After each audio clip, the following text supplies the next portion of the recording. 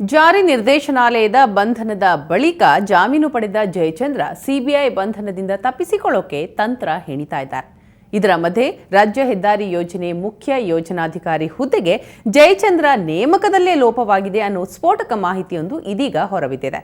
ಈ ಕುರಿತ complete details ಇಲ್ಲಿದೆ.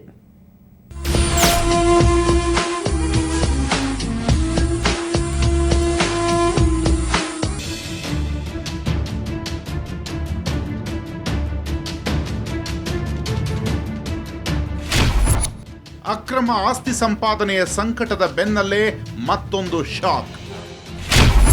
ಜಯಚಂದ್ರ ಹುದ್ದೆ ನೇಮಕದಲ್ಲೂ ನಡೆದಿದೆಯೇ ಲೋಪ?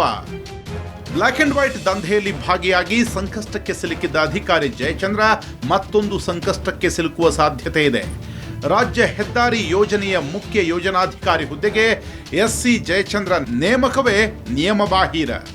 ಹುದ್ದೆಗೆ ಅನರ್ಹರಾಗಿದ್ರು ಜಯಚಂದ್ರ ನೇಮಕ ಮಾಡಿ ಸರ್ಕಾರ ಲೋಪ ಎಸಗಿರೋದು ಈಗ ಬೆಳಕಿಗೆ ಬಂದಿದೆ.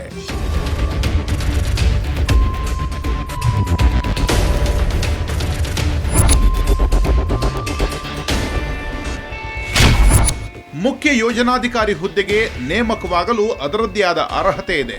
ಈ ಹುದ್ದೆಗೆ ಐಎಎಸ್ ಶ್ರೇಣಿಯ ಅಧಿಕಾರಿ ಅಥವಾ ಪ್ರಧಾನ ಎಂಜಿನಿಯರ್ಗಳನ್ನು ನೇಮಿಸಬೇಕಿತ್ತು. ಆದರೆ ಜಯಚಂದ್ರ ಮುಖ್ಯ ಎಂಜಿನಿಯರ್ ಹುದ್ದೆಗಷ್ಟೇ ಬಡ್ತಿ ಹೊಂದಿದ್ರು.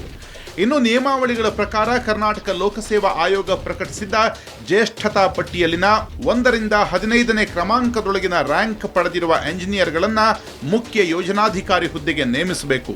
ಆದರೆ ಜಯಚಂದ್ರ 1992-93ರಲ್ಲಿ ಕೆಪಿಎಸ್ಸಿ ನೇರ ನೇಮಕಾತಿ ಪರೀಕ್ಷೆಯಲ್ಲಿ 301 ಅಂಕ ಗಳಿಸಿ 35ನೇ ರ್ಯಾಂಕ್ ಗಳಿಸಿದರು. ಆದರೂ ನಿಯಮ ಉಲ್ಲಂಘಿಸಿ ಮುಖ್ಯ ಯೋಜನಾಧಿಕಾರಿ ಹುದ್ದೆಗೆ ನೇಮಕ ಮಾಡಲಾಗಿದೆ. ಲೋಕ ದಾಳಿ ನಡೆದಿದ್ರೂ ಸರ್ಕಾರದಿಂದ ಬಡ್ತಿ.